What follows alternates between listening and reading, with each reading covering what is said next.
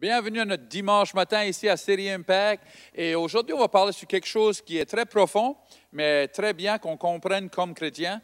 Parce que des fois, on pense pourquoi on n'a pas reçu un miracle pour la guérison instantanée. Et il y a une différence entre un miracle et la guérison. Et je pense que des fois, on n'a pas le miracle parce que Dieu veut qu'on ait une guérison parce qu'il y a un procès.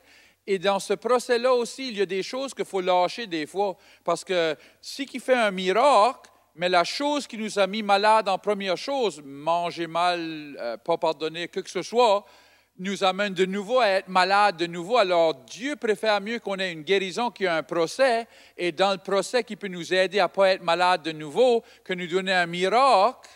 Et je pense moi vraiment que les miracles, c'est plus pour ceux qui ne sont pas sauvés. Parce que, je vais vous dire pourquoi.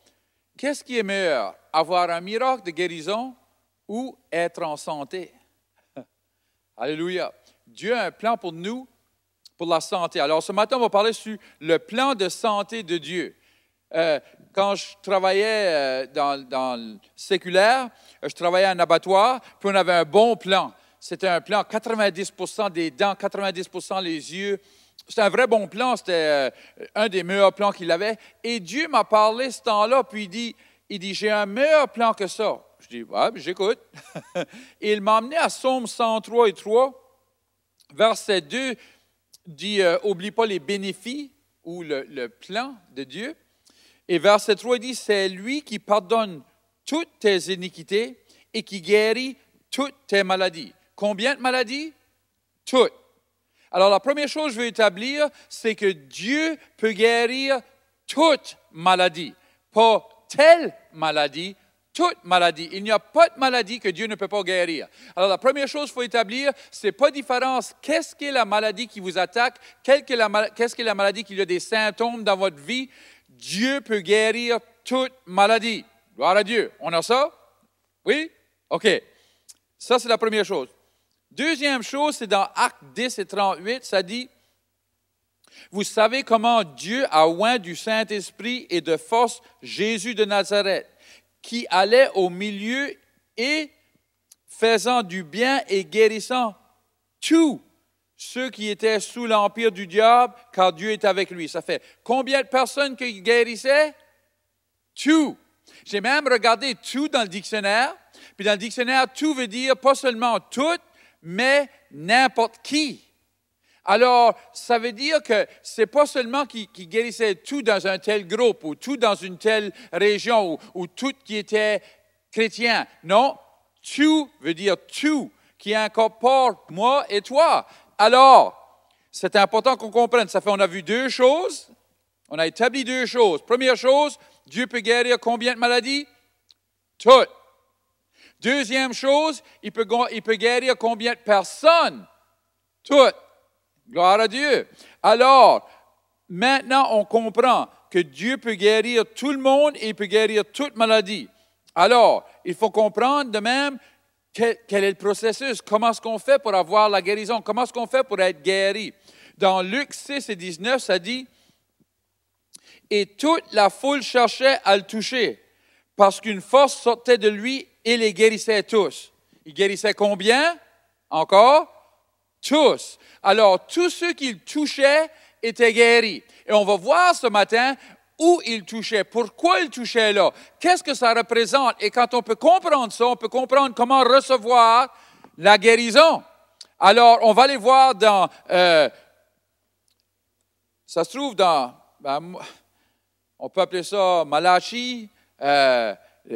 Les Italiens disent Malachi. Alors, c'est dans Malachi 4 et 2. Ça dit ici. Alors, il faut que vous compreniez que tous les Juifs qui allaient envers lui pour le toucher avaient entendu ce verset ici et comprenaient qu'est-ce que ça représentait. On va expliquer ça un peu plus.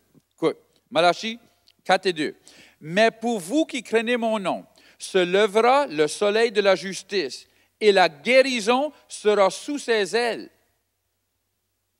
Vous sortirez et vous sauterez comme les veaux d'une étable. » Alors la guérison, il va se soulever et la guérison sera sous ses ailes. Il faut que vous compreniez que les Juifs, ils portent qu'est-ce qu'ils appellent un châle de prière qui est comme une cravate ou c'est comme comment ça s'appelle ça là?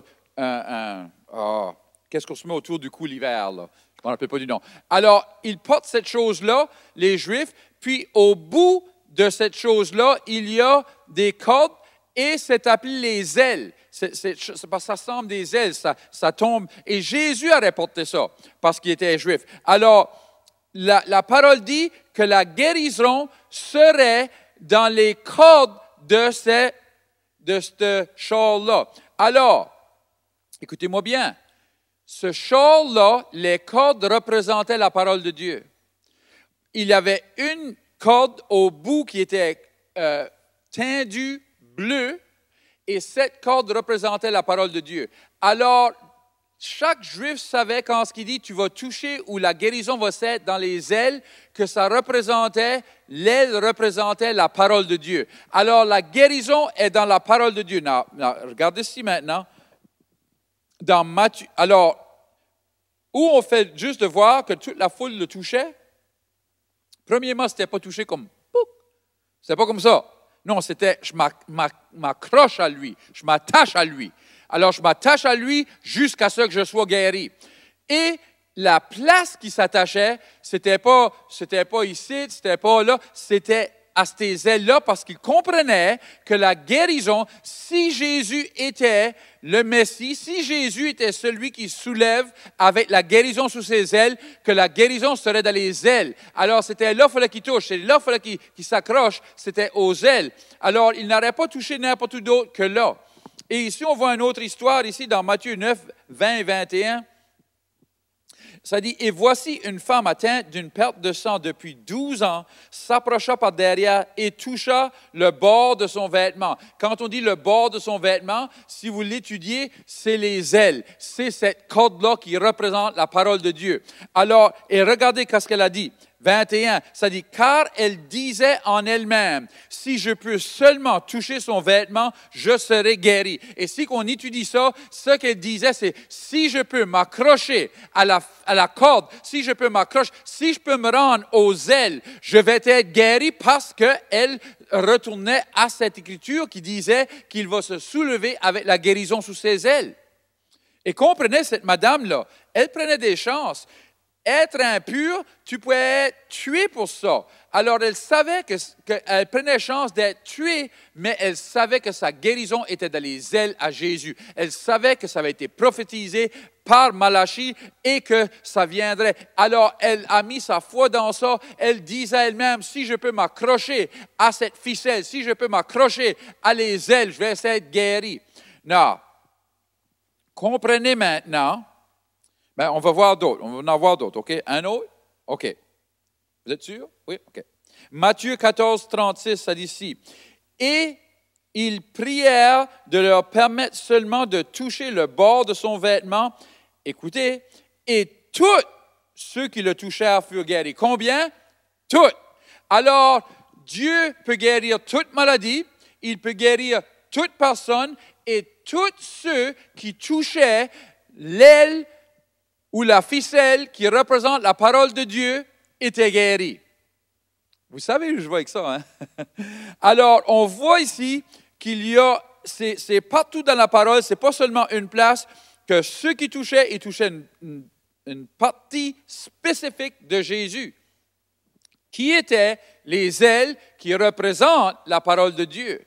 Et il ne touchait pas seulement, il s'accrochait à, il le prenait juste, la madame là, elle l'a pris jusqu'à ce... Elle a dit, j'ai senti que j'étais guérie. Elle savait qu'elle était guérie. Elle a ressenti le pouvoir de Dieu passer au travers de son corps, mais elle s'est accrochée à la parole, elle s'est accrochée à la ficelle jusqu'à ce qu'elle soit guérie. Et c'est la même chose pour nous autres. On doit s'accrocher à la parole de Dieu jusqu'à ce qu'on soit guéri. Il faut continuer à confesser la parole. Il faut se dire, la parole va me guérir parce que Dieu a envoyé sa parole et il guérit. Et quand on fait ça, la foi en la parole fait que l'on soit guéri. Ce n'est pas un miracle instantané, c'est un processus qu'on devient guéri et qu'on devient de mieux en mieux en mieux. Et là, on peut marcher dans la guérison, on peut marcher dans la santé. À la place de demander pour être guéri, on peut être saint. Alors, c'est très important qu'on comprenne que la parole de Dieu, en nous, quand on s'accroche à la parole de Dieu, ça fait que l'on devient guéri, on devient saint.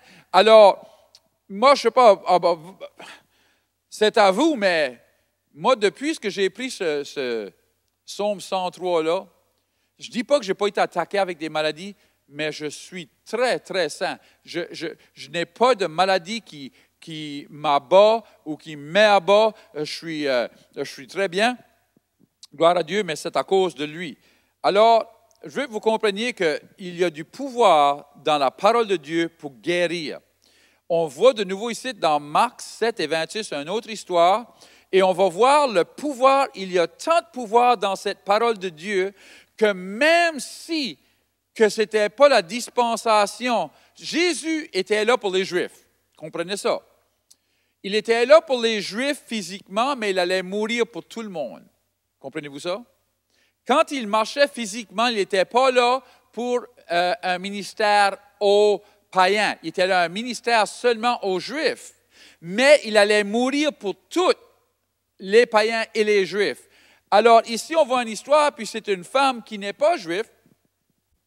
Et elle va à Jésus, et ça dit, verset 26, ça dit, cette femme était grecque, syro-phénicienne d'origine. Elle le pria de chasser le démon hors de sa fille. Jésus lui dit, « Laissez d'abord les enfants se rassasier, car il n'est pas bien de prendre le pain des enfants et de le jeter aux petits chiens. » « Oui, Seigneur, lui répondit-elle, mais les petits chiens sous la table mangent les miettes des enfants. Alors il lui dit, à cause de cette parole, va, le démon est sorti de ta fille. Et quand elle rentra dans sa maison, elle trouva l'enfant couché sur le lit, le démon était sorti. Alors, on voit une femme ici que Jésus lui dit, c'est pas le temps pour que je fasse du ministère à ceux qui sont païens. Je suis seulement pour les Juifs.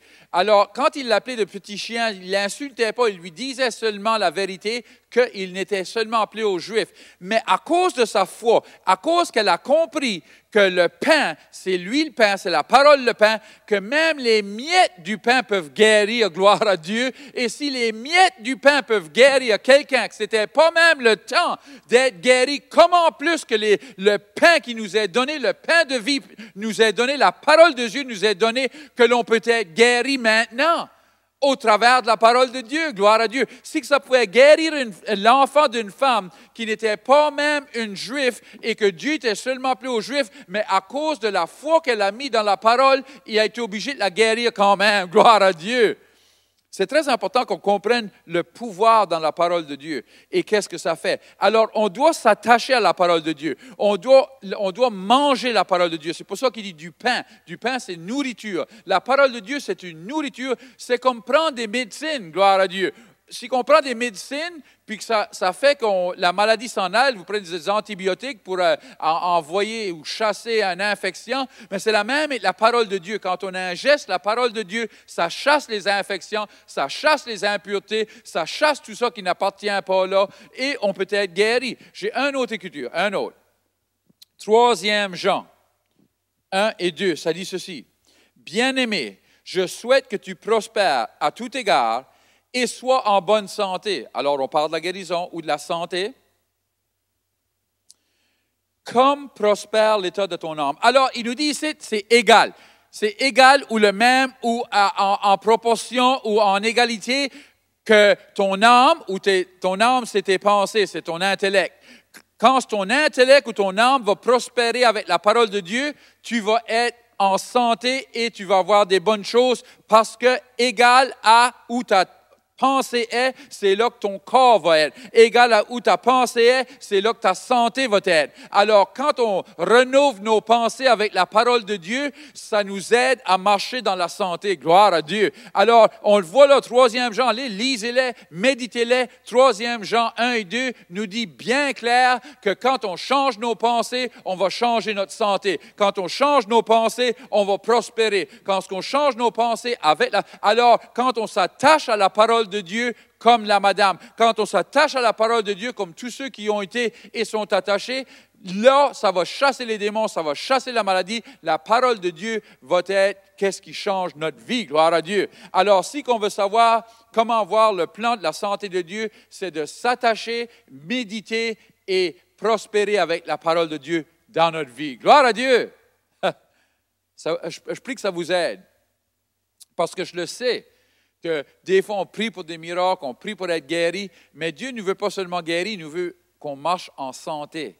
Et la chose qui nous a amenés à être malades, peut-être que c'est que vous avez passé des heures et des heures à méditer le problème. Et là, ça vous a amené d'avoir des ulcères, ça vous a amené d'être malade, d'avoir des maladies de cœur, toutes sortes de choses qui se produisent quand on médite la mauvaise chose. Mais toutes sortes de bonnes choses peuvent se produire quand on médite la bonne chose. Alléluia. Mais si vous écoutez, peut-être que vous dites, je ne sais même pas pourquoi j'écoute ceci, je me sentais d'écouter, ou peut-être que vous n'avez jamais donné votre vie à Jésus, vous n'avez jamais demandé à Jésus de vous pardonner de votre passé et avoir une vie nouvelle. Je vais vous donner cette opportunité ce matin de prier avec vous pour votre salut, pour le salut de votre âme. On va prier ensemble. Seigneur Jésus, merci d'avoir mouru pour mes péchés. Pardonne-moi de ce jour ici à l'éternité. Je vais te suivre avec tout mon cœur. Dans le nom de Jésus, Amen. Si vous avez prié cette prière, on veut vous dire qu'on est fiers pour vous et on aimerait vous voir. Si vous êtes dans la région de Moncton, venez nous voir. On est ici 9h et 11h les dimanches matins. Que Dieu vous bénisse.